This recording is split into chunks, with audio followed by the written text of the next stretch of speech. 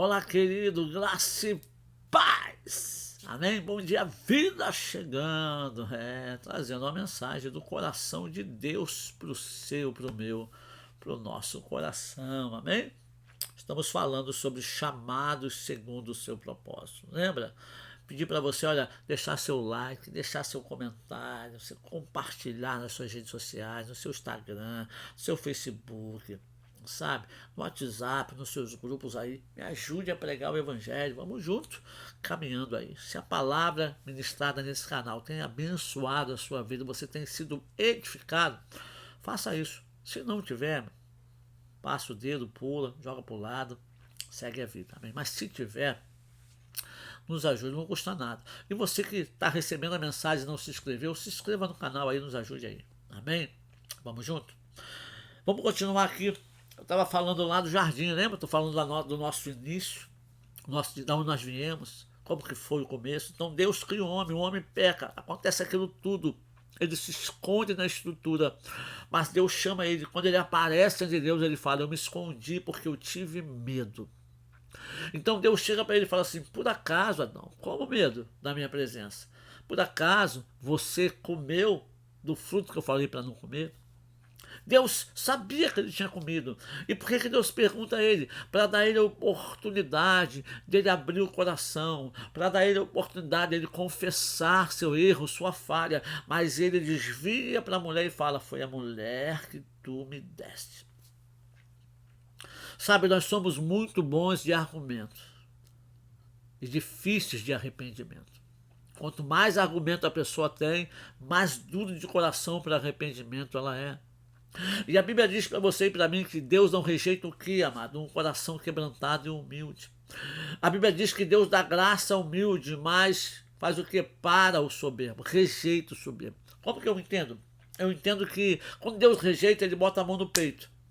E por mais que o cara tente, ele não consegue avançar, porque ele não consegue empurrar a mão de Deus.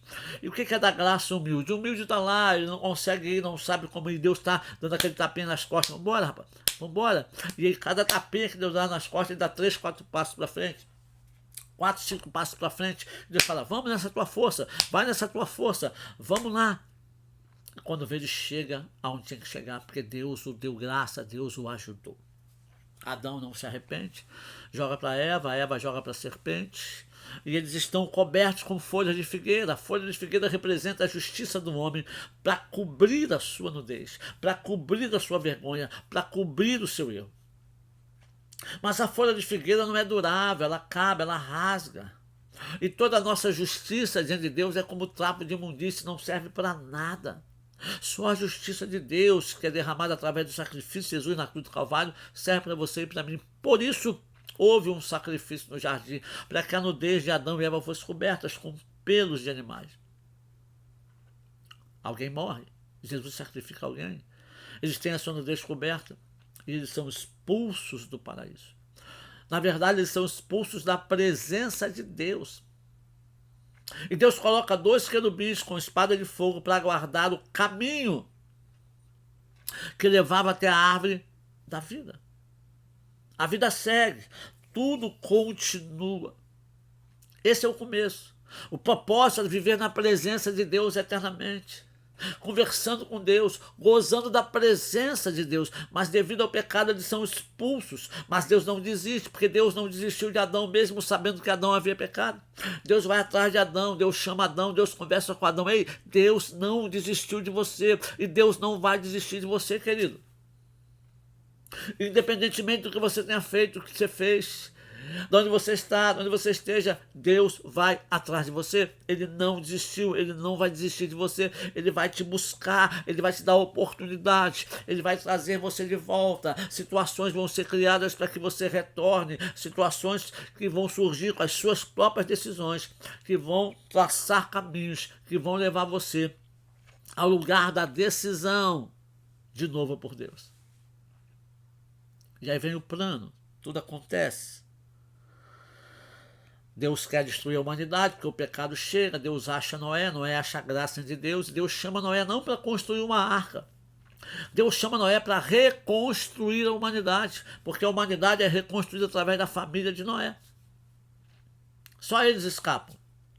E agora, depois do dilúvio, né, houve a Pangeia, que falam, né? As placas se separam. Está ali. Noé, os filhos. Aí chega quem? Abrão. Deus chama Abrão, o homem que nasceu numa cidade idólatra. O pai era idólatra, fazedor de ídolos. Mas Deus fala com Adão e Adão conhece a voz de Deus. Pare para pensar comigo como que como que Abraão, que nasceu numa cidade idólatra, filho de um pai idólatra, ele conhecia a voz do Deus verdadeiro e poderoso e acredita que quando fala com ele é esse Deus que está falando. Como? Já parou para pensar? Se você fizer as contas, o filho de Noé, que viveu tudo aquilo, os últimos 50 anos da vida desse homem coincide com os primeiros 50 anos da vida de Abraão. E eu, no meu entendimento, como eram famílias, ele era tio, eu entendo que esse homem sentava embaixo de uma árvore. A Bíblia não fala isso, é eu que penso. E contava histórias para as crianças. E quais as histórias que ele contava? Lembra das nossas avós? Que sentavam, contavam histórias, só contava história pesada, contava mula sem cabeça, contava disso, contava daquilo, todo mundo ficava assustado, depois ia dormir com medo. Ele não. Ele contava histórias que ele viveu, ele contava a realidade da vida dele. E ele deve ter contado várias vezes para aquelas crianças que deviam ter perguntado: fala aí de novo como é que foi aquela história lá do dilúvio, como é que foi mesmo teu pai, o quê? Deus falou com meu pai. Meu pai achou graça diante de Deus. E meu pai construiu uma arca e nós ajudamos a ele a cortar madeira, buscar madeira. Trabalhamos muito durante 100 anos até que nós entramos na arca. A porta foi fechada, a chuva começou a cair, encheu toda a terra, alcançou onde estava. E conta toda aquela história. Então Abraão está naquele meio, aquele menino crescendo, ouvindo essas histórias, e ele foi percebendo, a semente foi sendo plantada dentro dele. Existe um Deus verdadeiro, existe um Deus poderoso, existe um Deus criador do céu e da terra, e esse Deus vai para Abraão e fala: Abraão, sai da tua terra, da tua parentela, aleluia. Deus está restaurando o propósito original, que é manifestar a sua presença ao ser humano. Deus começa a guiar Abraão. Abraão sai sem saber para onde ir. Abraão sai sem saber o seu destino, mas confiando numa voz que ele ouviu, numa palavra que ele tinha de um Deus que era vivo, poderoso e tremendo, pois possuía todo o poder no céu e na terra.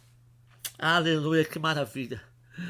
Deus não nos abandonou, Deus não nos deixou. Ele tem um propósito com você, um propósito comigo. Ele vai restaurar esse propósito com ele, com você, comigo, com a sua igreja, porque nós fazemos parte dessa igreja gloriosa que vai ser arrebatada para o céu.